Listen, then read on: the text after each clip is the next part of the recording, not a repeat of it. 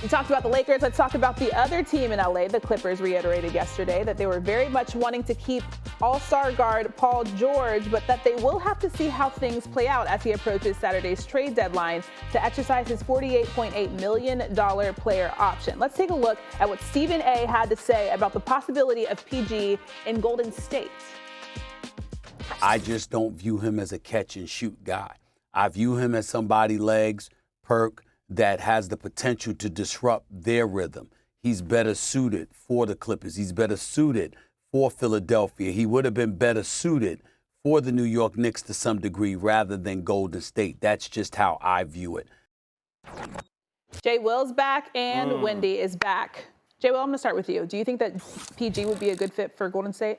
I think it would be a tremendous fit for Golden State. Okay. All right, because I know how you look at the continuity system of how Steph likes to play. Yes. Right? Yeah.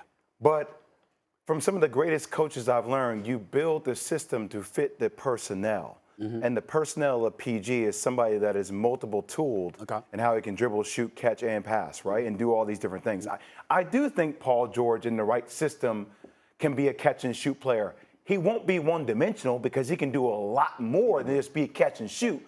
But I think playing off the likes of Steph Curry and the amount of gravity that he can draw towards certain equations, similar to how Clay was able to really leverage that. Okay. I think PG could do. And I also think at the end of a shot clock, or when you need a bucket the most, having the variety of Steph and PG with the skill sets they both bring.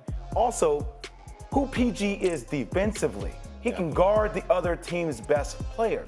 So if you're telling me that the biggest challenge is around catch and shoot, I would push back on that heavily because I think the IQ of who he is can understand where to fit in certain spots. But also, I'm going to fit the system around the skill set of Paul George because I think he's that special of a player. And I also think at this stage of his career, Steph Curry will be more open to acquiesce in certain moments because of who PG is. He's always been adaptive to other great players that he's had to play with, i.e. even Kevin Durant. And Kevin Durant can shake with the ball in his hands as well. Okay. Go ahead, Wendy. Okay, so first off, Paul George had a great year last year. He really did put up a good year and it was a healthy year for him. Yeah. And so, he's in demand.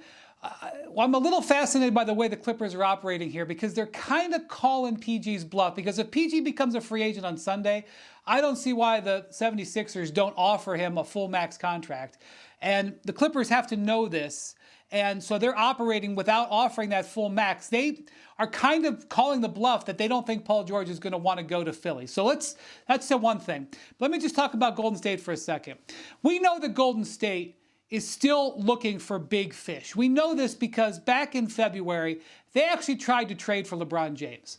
That was actually one of the most fascinating things. I know the story sort of came and went after the trade deadline. That was one of the most fascinating things that happened all last year, was that they thought they might be able to get LeBron James.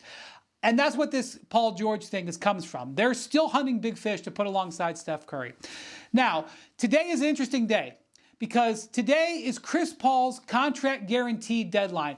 This has been a contract that's passed through many hands. Originally signed in Phoenix, traded to Washington, traded to Golden State. Last year, it could have been an option. This year, it's a team option. It's for $30 million. Chris Paul is an excellent player. He's going to be a Hall of Famer. He's no longer a $30 million player. So you say, why is he still being held on this contract? Because the Warriors are holding it because they still think they can trade it for a big-time player, maybe.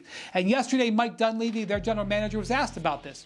Deadline day is Friday. What are you going to do? And he brought up the possibility that they could go to Chris Paul and extend the deadline past this weekend to push this off because they're still leaving this out.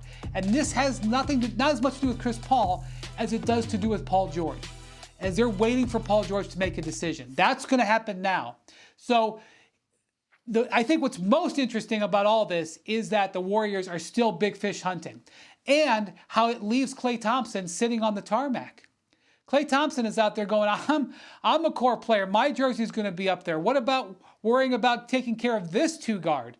And they're out there waiting for an answer from Paul George about whether they should use Chris Paul, so much that they're trying to make a side deal with Chris Paul to give Paul George more time while Klay's sitting there.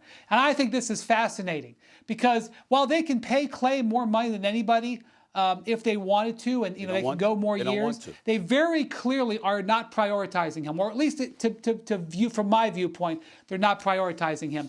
And maybe they're playing with a little bit of fire, because if Clay gets to Sunday night and the Warriors are still working on other big deals, and they've pushed Chris Paul's contract deadline past that, and they keep trying to use that, what sort of message does that send to Clay? And that's one of the many, many fascinating things in the NBA we're going to watch over the next 72 hours. Let me say this, a couple of things. Appreciate all of that, Wendy. I in no way mean to imply what Paul George is in any negative fashion. He's an elite player. He had a fantastic season, averaged over 22 a game, shot 47% from the field, shot a career best, 41% from three-point range. And, oh, by the way, upticked his free throw shooting by about 3 points, shooting 90% from the free throw line. I think it's 90.7% from the foul line, to be exact. The brother's big time. I understand that. And he's not somebody that rests on his laurels. He clearly works on his game, works on his bag all the time. Major props to him for that. But when I look at Golden State, the priority is Steph Curry. Paul George has no problem being the number 2. He's shown that wherever he's gone. We understand it. He was the number 2 in Oklahoma City with Russell Westbrook. He was the number 2 in L.A. with Kawhi Leonard. He gets that. He gets back on defense. He's gritty. He's one of the elite defenders. We get all of that, too. What I'm thinking about, Jay, is Steph's movement without the basketball.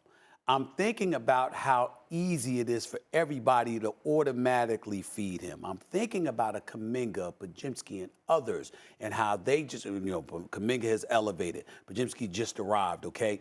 And I'm thinking about how all those pieces fit.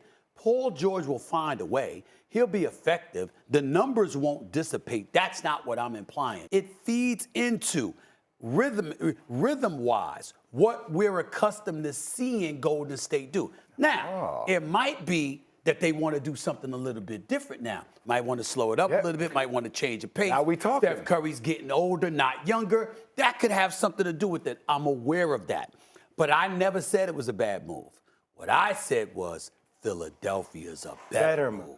Because Philadelphia, when you look at Maxey and what he brings to the table, when you look at Embiid and how he's still the number 1 option, and because he's the guy you're going through, if you're talking about a glue piece who can be an elite glue piece, 1 minute he could be a 3, another minute he could be a number 2 option. Hell, on certain nights he could be the number 1 option.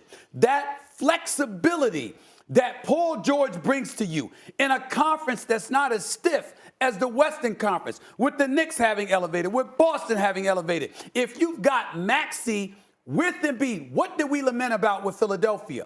We didn't question Tobias Harris's skill set. What we questioned was the lack of assertiveness, particularly when it's needed.